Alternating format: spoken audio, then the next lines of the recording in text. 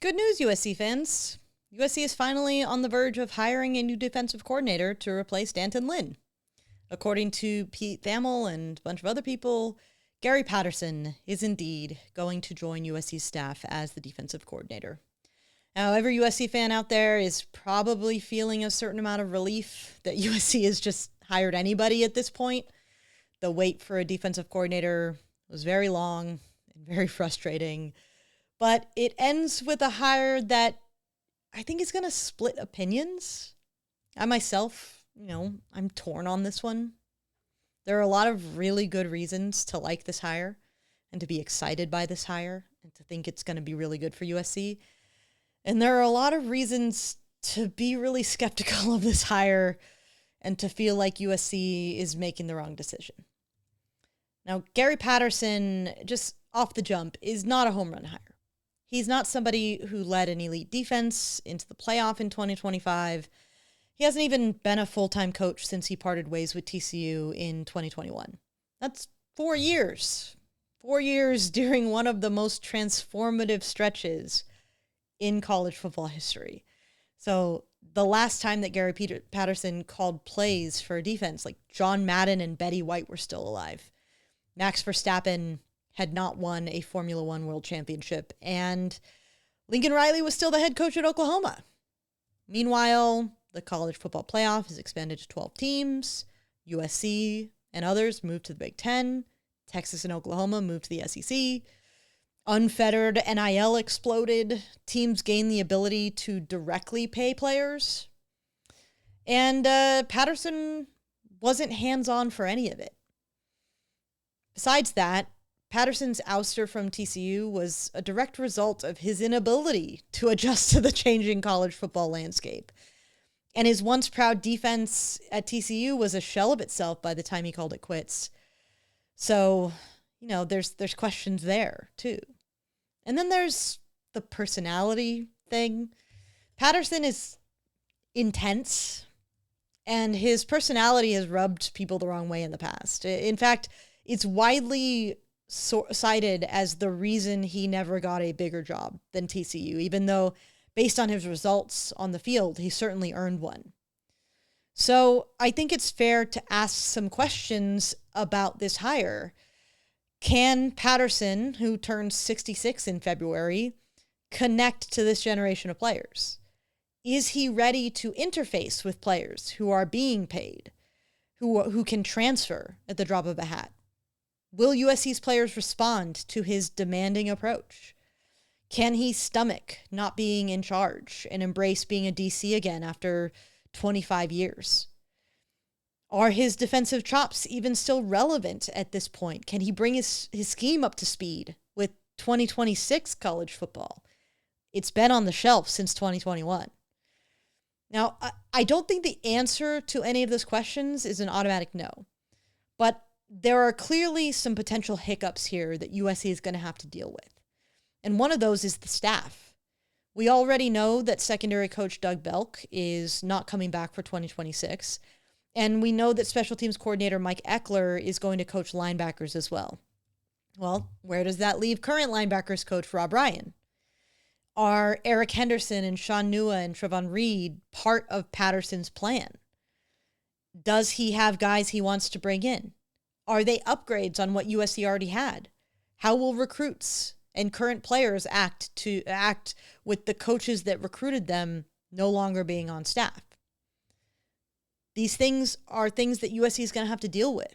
And all of them are things that could end up tripping up USC as they try to get something more out of this defense.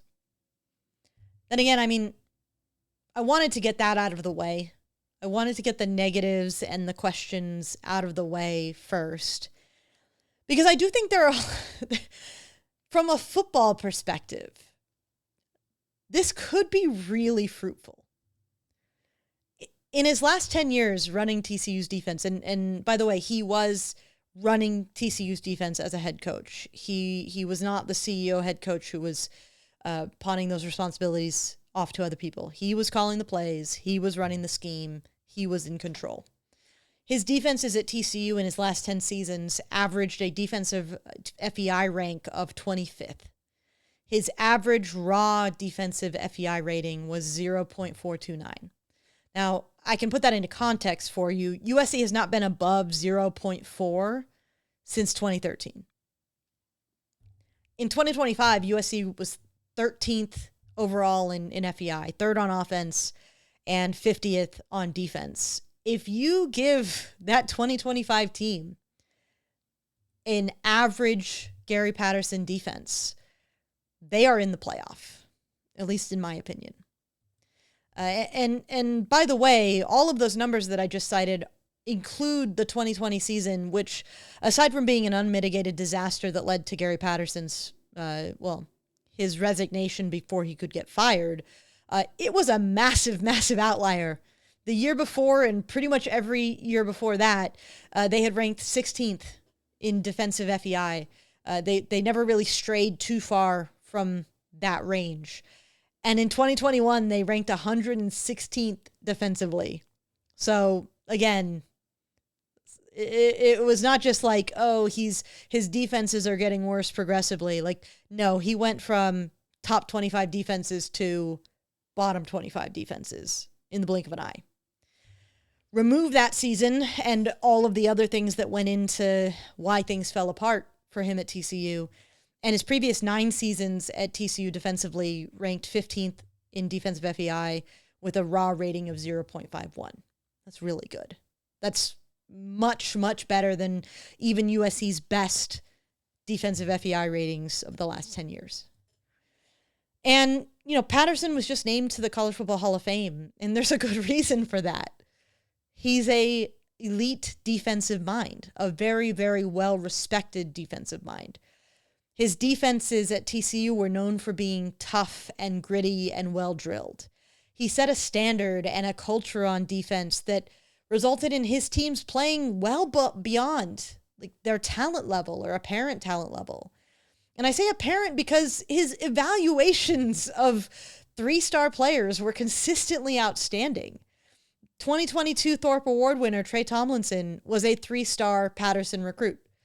Defenders in the NFL right now from TCU, LJ Collier, Dylan Horton, Trevon Mooring, Garrett Wallow, Ardarius Washington, D. Winters, they were all 3-star recruits that Patterson brought in. So the man knows how to spot quality when it comes to football players, regardless of their recruiting profile. He knows what good football players look like. And I think that's extra important right now because what Indiana just did winning the national title, what Curt Cignetti and his staff just did, they did it without any 5-stars on their roster. They did it by evaluating the players that they brought in. They hit on all of them. You can talk about the age of the transfers and all of that, which, by the way, is a red herring if you wanted to look deeper into it. It's just not what you think it is.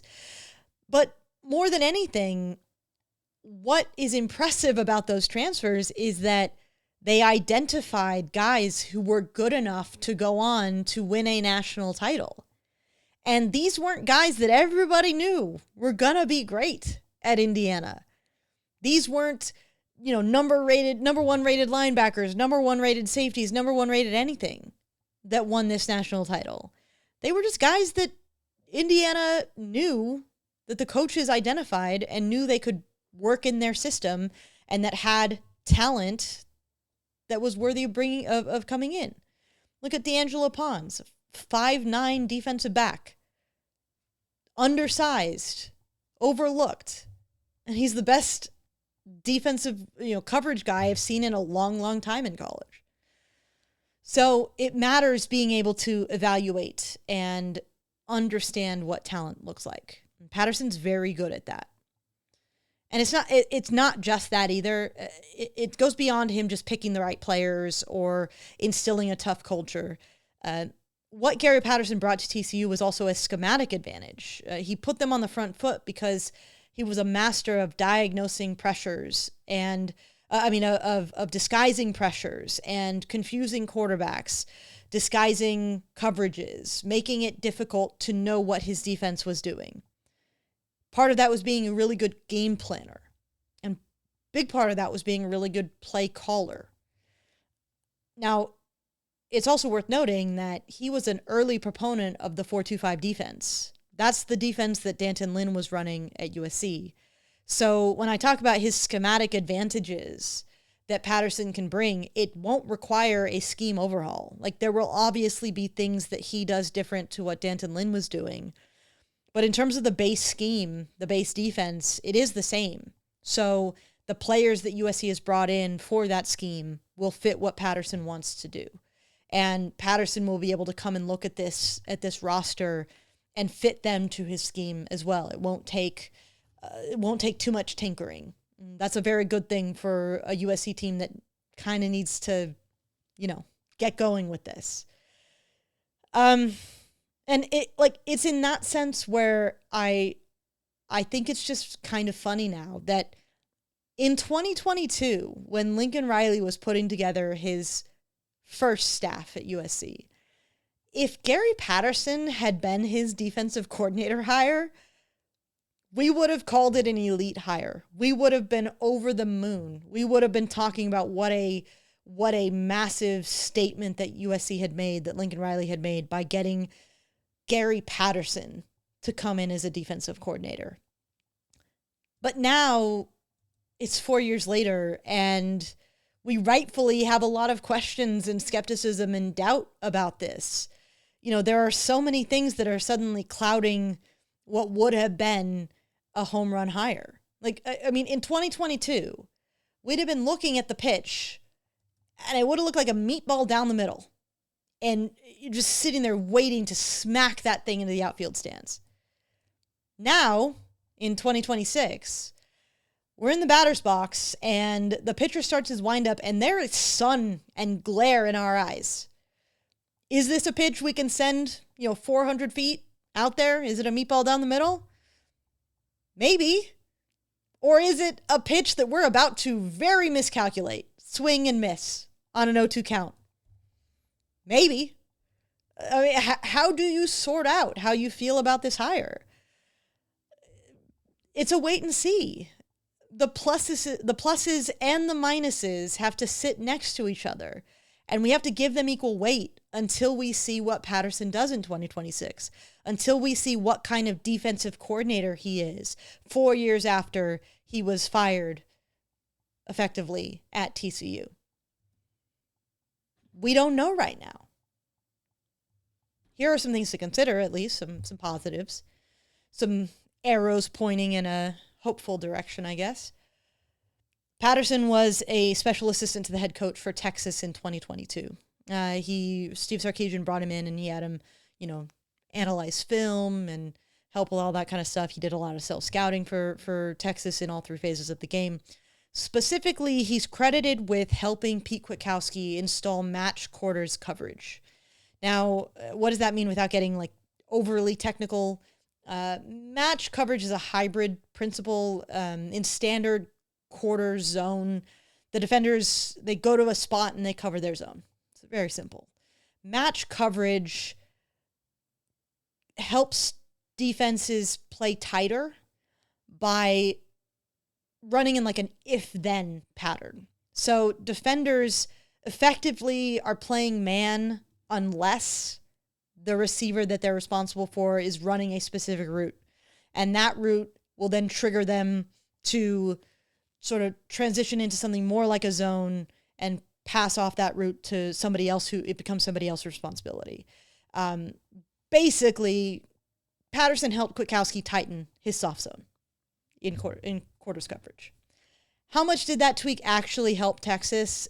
It's open to interpretation. But Texas did improve drastically on defense between 2021, which was Pete Kwiatkowski's first season, and 2022, which was the season that Gary Patterson was brought in to help out as a special assistant. Now, that sort of gives me hope that tactically Patterson might still have it. And that's something USC really needs. I mean, the mere mention of soft zone might have been getting a lot of you to cringe. And it is worth noting that D'Anton Lynn also deployed match coverage as part of his scheme. It's a feature of the Ravens scheme that Lynn was from that tree, which is also just a good sign that scheme isn't a fix-all. Because what matters when you're running these coverages is having players on the same page. In order to successfully run match coverage, for instance, players have to know where they're supposed to be, who they're responsible for, what routes require what action. In an if-then system, you have to know the ifs and the thens. Everyone on the field, linebackers, corners, safeties, they all have to know their responsibility and do their job and do it in concert with everybody else also doing their job, or it all falls apart. So what USC needs from Patterson is to get them working in concert and not falling apart. The Trojans need Gary Patterson to be a defensive coordinator who sees what the opposing offense is doing, who puts his players in the right position to defend what the offense is doing, and also has them prepared well enough to run that coverage properly.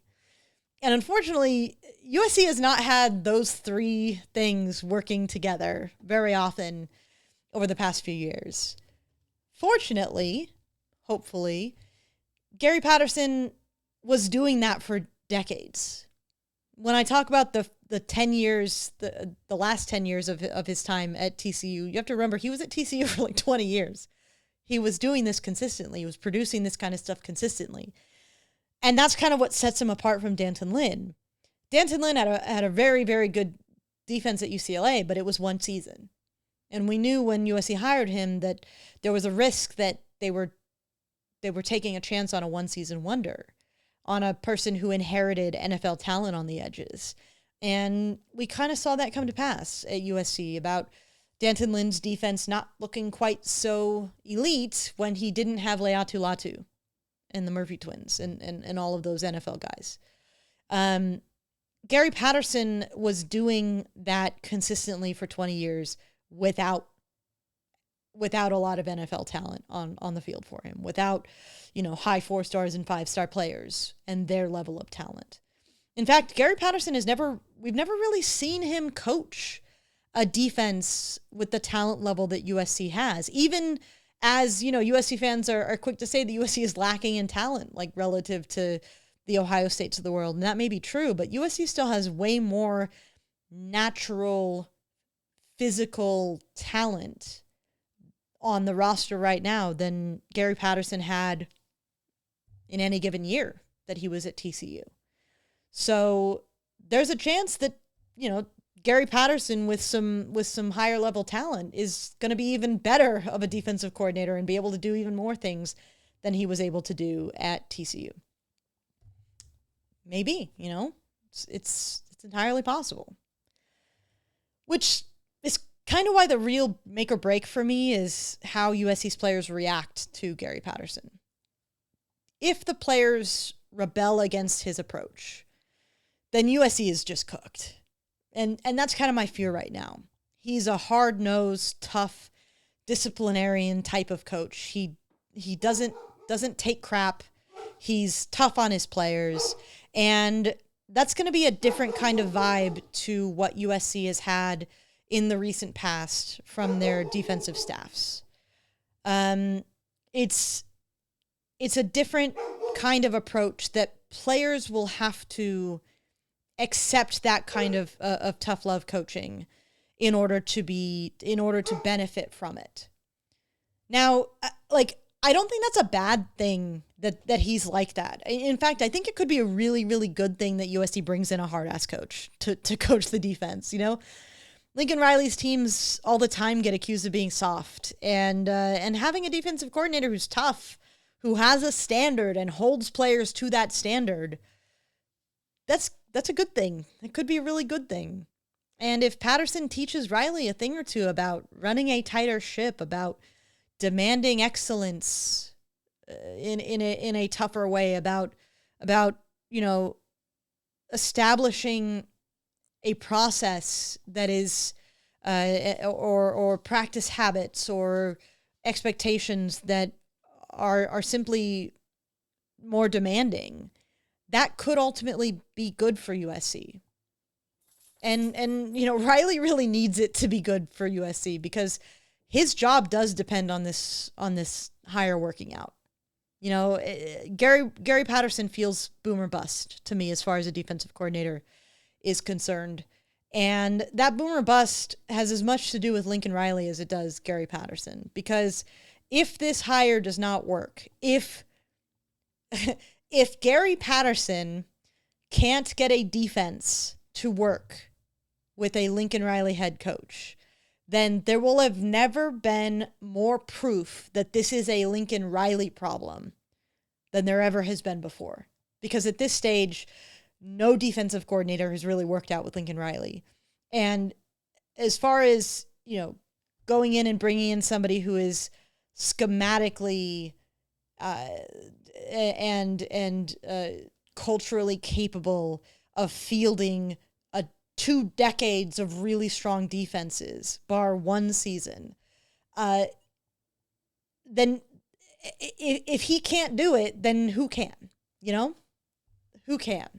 So a lot of this will reflect on Lincoln Riley. And there is a Lincoln Riley factor here, too, that I think is worth pointing out. Because hiring Gary Patterson could be very fruitful for Lincoln Riley himself if he's willing to take feedback and learn things from Gary Patterson.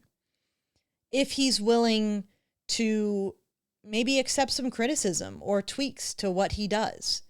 If he's flexible enough to take on, you know, the things that Gary Patterson can bring to the table, he could get much, much better as a head coach for it.